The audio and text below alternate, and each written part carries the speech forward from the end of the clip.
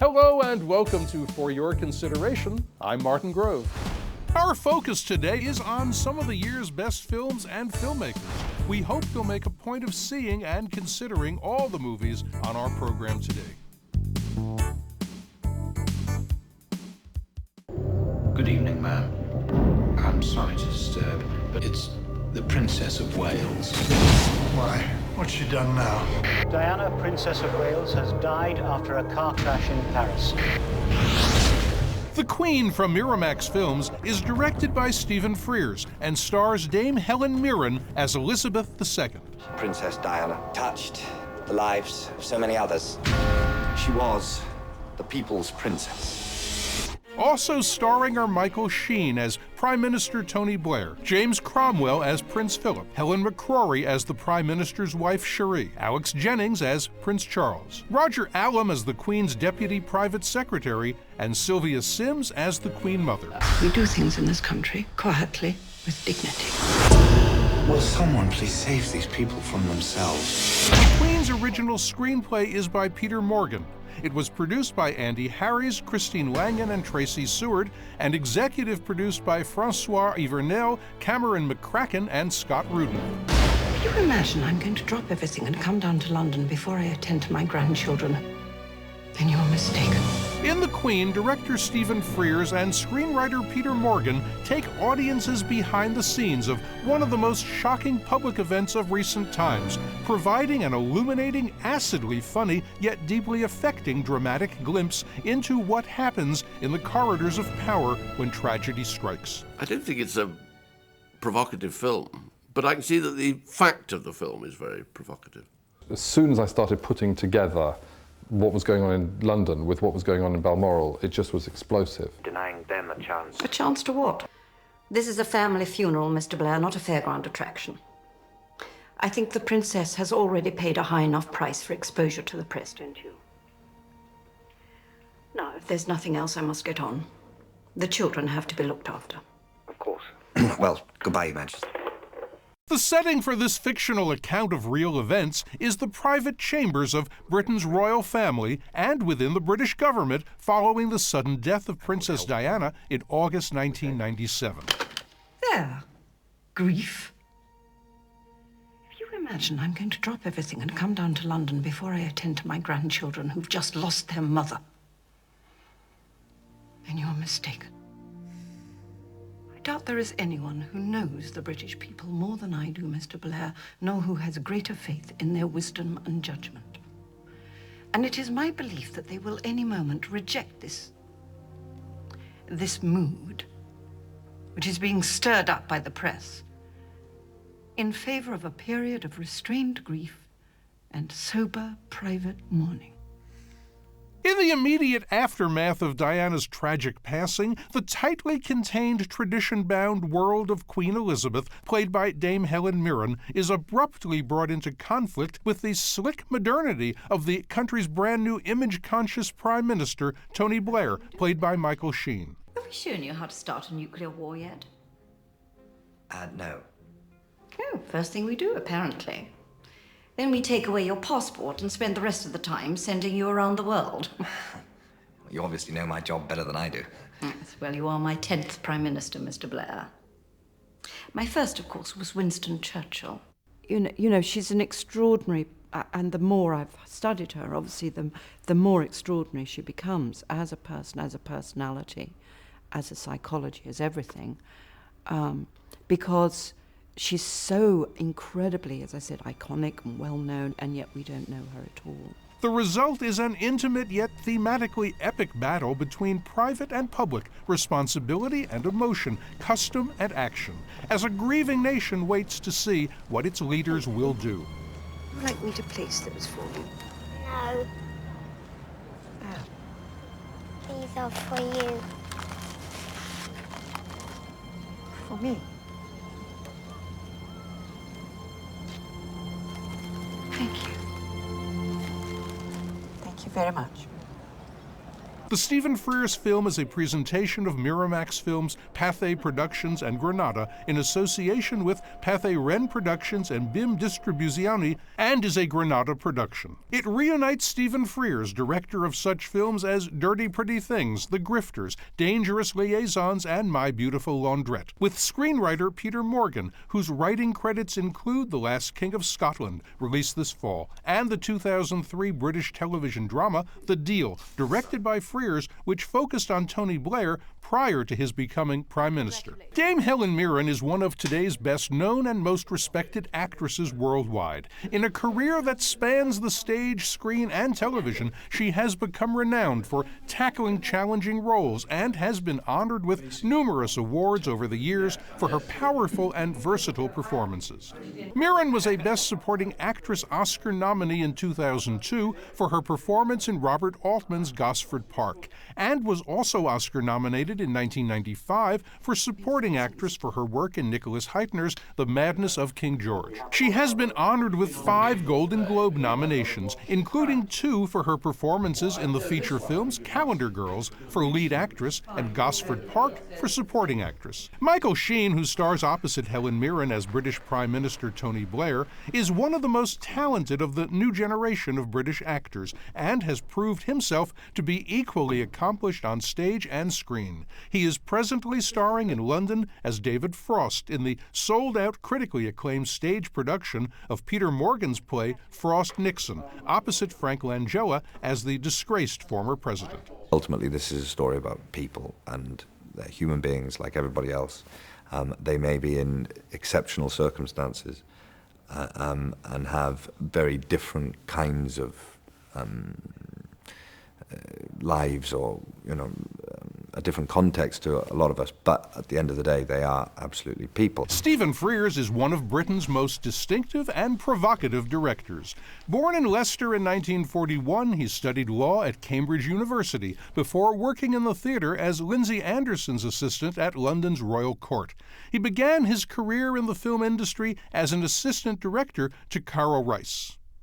In 1971, he made his feature debut with the detective drama Gumshoe, starring Albert Finney. You look at Stephen's work over the years, and one of the consistent factors in it is that the characters have complexity and relationships have complexity, perhaps more than anything else.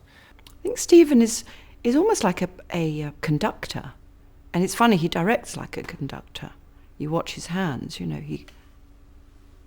it's as if he's hearing a tune of the film in his head, and he's conducting the shot, the performance. In 1991, Frears was honored with an Academy Award nomination for directing the crime drama The Grifters, starring Angelica Houston, John Cusack, and Annette Bening. He made his Hollywood debut in 1998 with Dangerous Liaisons, starring John Malkovich and Glenn Close, for which he received a BAFTA nomination for Best Director.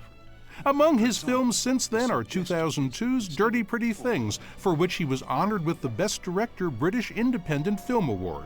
Frears' British television film The Deal received a BAFTA Award for Best Single Drama in 2004. His 2005 feature, Mrs. Henderson Presents, was honored with Oscar nominations for costume design and for its lead actress performance by Judi Dench. The Queen, presented today for your consideration.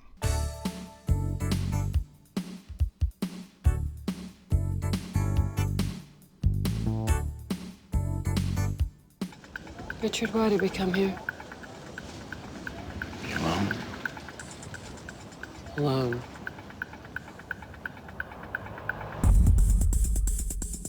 In Babel, whose international ensemble cast is led by Brad Pitt, Cate Blanchett, and Gael Garcia Bernal, a tragic incident involving an American couple in Morocco sparks a chain of events for 4 families in different countries throughout the world. The Paramount Vantage presentation of an anonymous content and Z Films production is directed by Alejandro González Inarritu, winner of the Best Director Award at the Cannes Film Festival last May for Babel. Its screenplay is by Guillermo Arriaga, who won the Best Screenplay Award at Cannes in 2005 for writing The Three Burials of Melquiades Estrada. The behind-the-scenes team Inarritu assembled for Babel includes director of photography Rodrigo Prieto, an Oscar and BAFTA nominee for Best Cinematography for Brokeback Mountain. Production designer Bridget Brock, an Oscar winner for Best Art Direction Set Decoration for Moulin Rouge.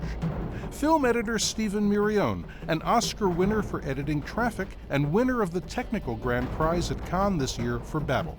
And composer Gustavo Santaolalla, a Best Original Score Oscar winner for Brokeback Mountain. Take it easy! All right, shut up! Come on, calm down! Come here! Get up! Calm down! You leave, I'll kill you. I'll kill you. Brad Pitt was a Best Supporting Actor Oscar nominee in 1996 for 12 Monkeys, for which he also won a Golden Globe. Why can't you just relax? Why are you so stressed? You're the reason I'm stressed. You're the reason why I can't relax. Kate Blanchett won the Best Actress Oscar in 2005 for her performance in Martin Scorsese's The Aviator, for which she was a Golden Globes nominee. Her 3 other Golden Globe nominations include a Best Actress win in 1999 for Elizabeth, which also brought her an Oscar nomination.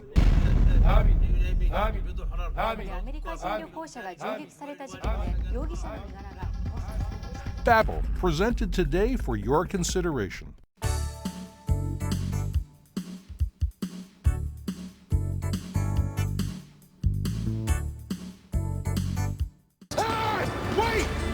In The Pursuit of Happyness, Will Smith stars as a bright and talented but marginally employed salesman struggling to make ends meet for himself and his 5-year-old son. Man, I got 2 questions for you. What do you do and how do you do it? I'm a stockbroker. Stockbroker? Oh. Hey, I'm gonna let you hang on to my car for the weekend, but I need it back for Monday. Feed the meter. The Columbia Pictures presentation, in association with Relativity Media, is an Overbrook Entertainment Escape Artists production. It also stars Tandy Newton and introduces Jaden Christopher Sire-Smith. I need the rent. I can't wait anymore. I need you out of here in the morning. Directed by Gabriele Muccino, director of the critically acclaimed Italian films The Last Kiss and Remember Me, My Love, it was written by Stephen Conrad, who wrote the screenplay for Wrestling Ernest Hemingway. Last year, we had an intern score a 90% on the written exam. He wasn't chosen. It's not a simple pass-fail. Will Smith's 3 Golden Globe nominations include Best Actor in a Motion Picture Drama for Ali in 2002, for which he also was honored with a Best Actor Oscar nomination.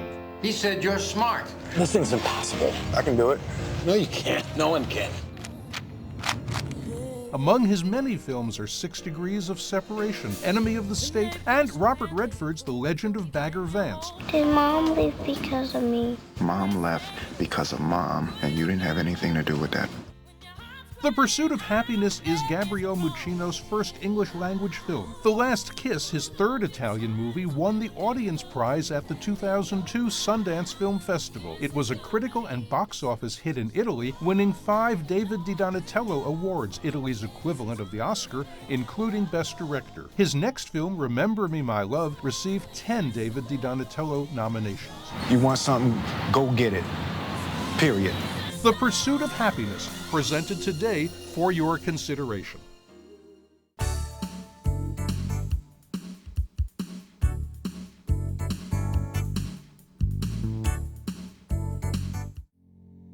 After the Wedding from IFC Entertainment is the Danish entry to the Academy Awards and a nominee for Best Foreign Language Film. Finns det bara mat och vin så ordnas resten? Är du slet inte nervös? Nej. Ta det som ett test. Ja, men Anna kommer bli gift många gånger. Directed by critically acclaimed Danish director Susanne Bier, its screenplay is by Anders Thomas Jensen, one of Denmark's most prolific screenwriters. Susanne Bier achieved international renown as the director of several successful Danish feature films, including Open Hearts in 2002 and Brothers in 2004, both of which were written by Anders Thomas Jensen. After the Wedding, which had its world premiere at the Toronto International Film Festival last September, is the story of Jacob, a Danish man who's dedicated his life to saving orphans in India. Played by Mads Mikkelsen, who plays the villain in the James Bond film Casino Royale, Jacob receives a bizarre request one day from a wealthy businessman who's willing to donate several $1 million to Jacob's orphanage, but only if he'll return to Denmark to take part in the man's daughter's wedding. Upon arrival, Jacob discovers that the businessman's wife and mother of the bride is the love of his youth. Hej. Hej, Jakob.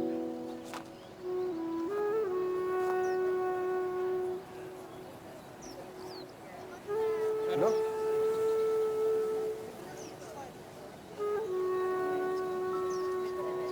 Har det godt? Ja. Ja. Hej. Hej, välkommen. Tack.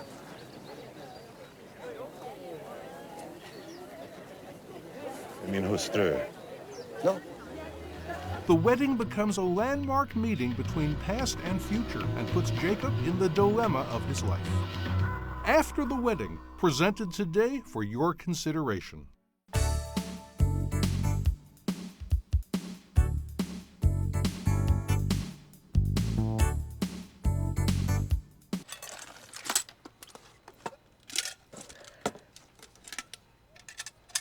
La Agustina vino a verme al restaurante. ¿Ah, sí? Está empeñada en que mamá se nos aparece y quiere que le pregunte por su madre. También dice que cuando desapareció, su madre estaba liada con papá. In Pedro Almodovar's new film Volver from Sony Pictures Classics, 3 generations of women survive the east wind, fire, insanity, superstition, and even death by means of goodness, lies, and boundless vitality. Written and directed by Pedro Almodovar, it stars Penelope Cruz. Pedro Almodovar first received international recognition as a filmmaker in 1988 with Women on the Verge of a Nervous Breakdown. His 1999 drama, All About My Mother, won numerous awards, including the Best Foreign Language Film Oscar and Golden Globe. 3 years later, his drama Talk to Her brought Almodovar an Academy Award for Best Original Screenplay and a Best Director Oscar nomination. It also won the Golden Globe for Best Foreign Language Film. His critically acclaimed 2004 drama, Bad Education, opened the Cannes Film Festival and received many worldwide awards, including Best Foreign Film by the New York Film Critics Circle. Penelope Cruz's many film credits include Billy Bob Thornton's All the Pretty Horses, opposite Matt Damon, John Madden's Captain Corelli's Mandolin, opposite Nicolas Cage, and Cameron Crowe's Vanilla Sky, opposite Tom Cruise and Cameron Diaz. Last May, Cruz shared with Volver's female ensemble cast the Cannes Film Festival's Best Actress Award. Carmen Maura, who's been making films since the late 1960s, plays Penelope Cruz's mother in Volver. Maura starred opposite Antonio Banderas in Almodovar's Women on the Verge of a Nervous Breakdown, for which she won the Best Actress European Film Award in 1988. Volver, presented today for your consideration.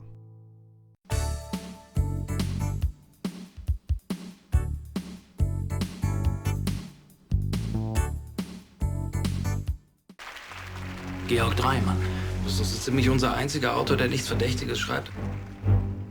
Ich will ihn überwachen lassen.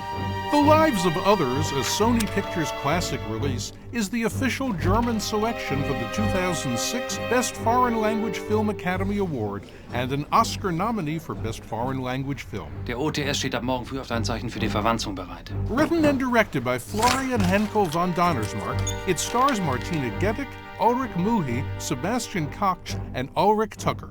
Warum tust du es denn? Weil sie dich genauso zerstören können. The Lives of Others is a political thriller and human drama whose story begins in East Berlin in 1984, 5 years before Glasnost and the fall of the Berlin Wall, and ends in 1991 in what is now the reunited Germany.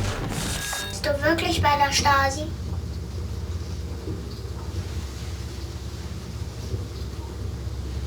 Weißt du überhaupt, was das ist?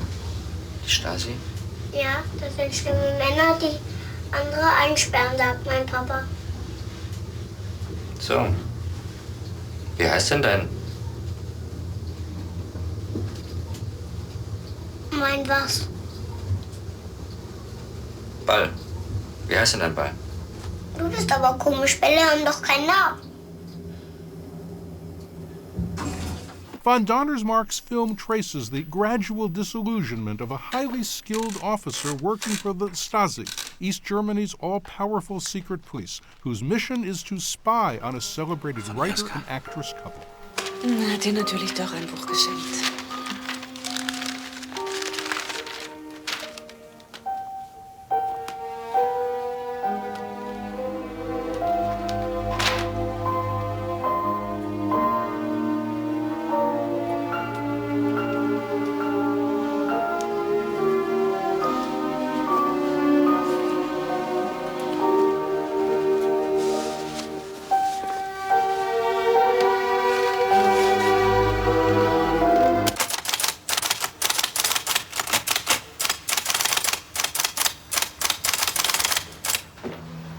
The Lives of Others marks Florian Henkel von Donnersmarck's feature directorial debut, for which he was honored with 3 Lola Awards, Germany's equivalent of the Oscars, for Best Film, Director, and Screenplay. The film's characters ask questions that we confront every day, like how do we deal with power and ideology? And do we follow our principles or our feelings? Von Donnersmarck's human drama examines the ability of human beings to do the right thing, no matter how far they have gone down the wrong path.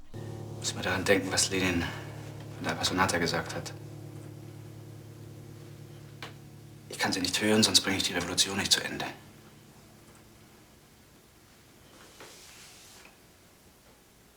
Kann jemand, der diese Musik gehört hat, jemand, der wirklich gehört hat, noch ein schlechter Mensch sein? The Lives of Others, presented today for your consideration.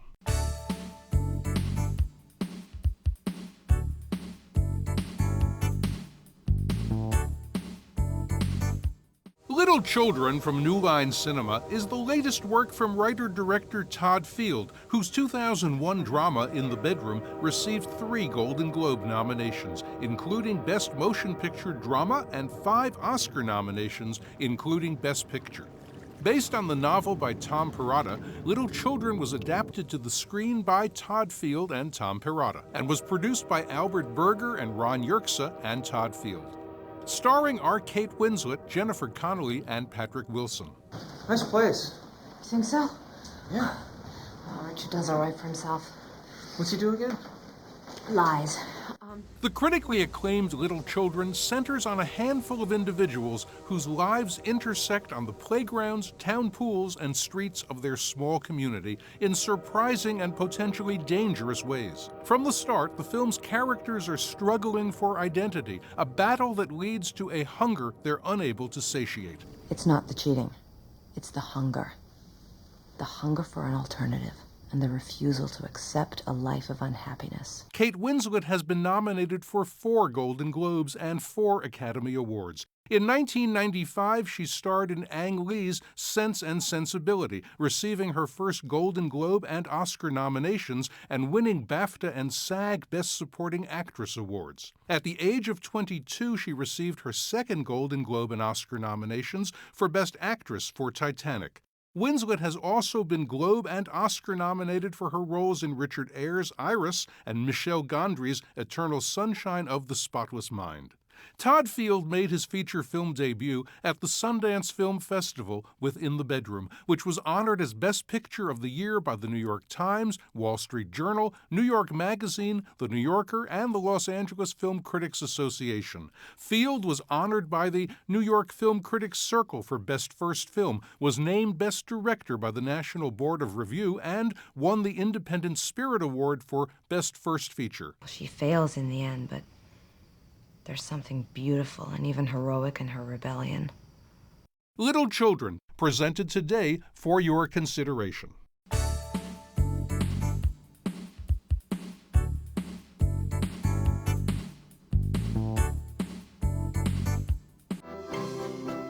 I've been at it like a dog all day. What were you playing? A corpse, more or less. Typecast again. Venus from Miramax Films tells the story of Morris and Ian, a pair of veteran actors played by Peter O'Toole and Leslie Phillips, who never quite hit the big time. Their comfortable daily routine is disrupted by the arrival of Ian's grandniece Jessie, played by newcomer Jodie Whittaker. So, what are you doing? In London, I mean. Modeling. Yodeling. Not yodeling. Modeling. Morris, played by Peter O'Toole, takes the teenager under his wing, but is surprised to discover how very little he actually knows now that his own life is drawing to a close. I've got you a job. Well, what sort of clothes is it? Do you think I'll get to keep him at the end? I'm not sure about that.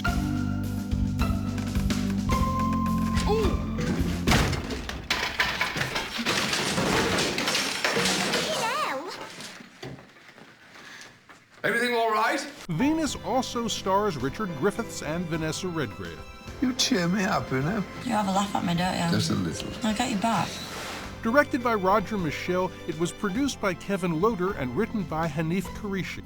Peter O'Toole's illustrious career on the screen spans 5 decades. During that time, his performances have brought him 7 Academy Award nominations for Best Actor and an honorary Oscar in 2003. What do you do to her at your age? It's a very difficult thing, but I'm nice to her. Venus, presented today for your consideration.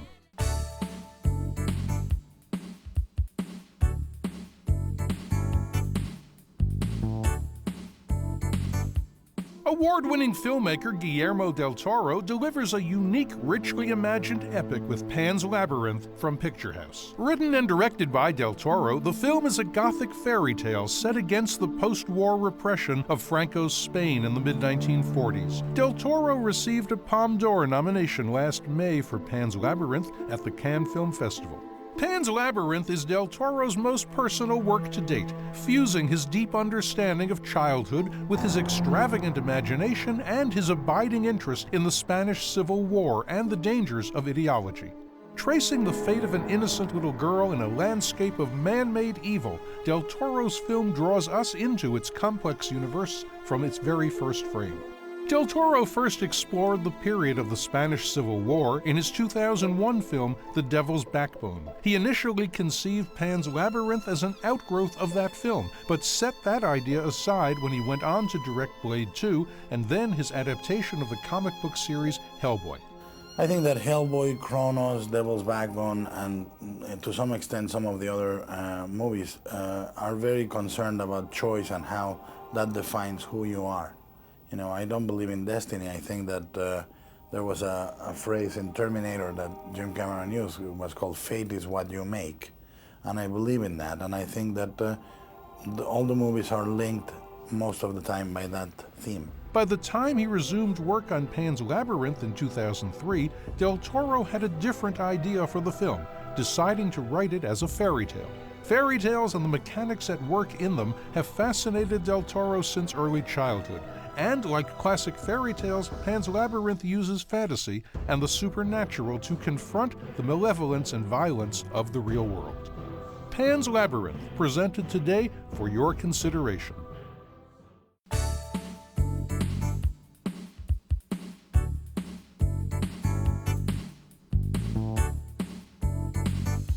For more about the year's best films and filmmakers, please visit our website, updatehollywood.com. Thanks for joining me today here on For Your Consideration. I'm Martin Grove.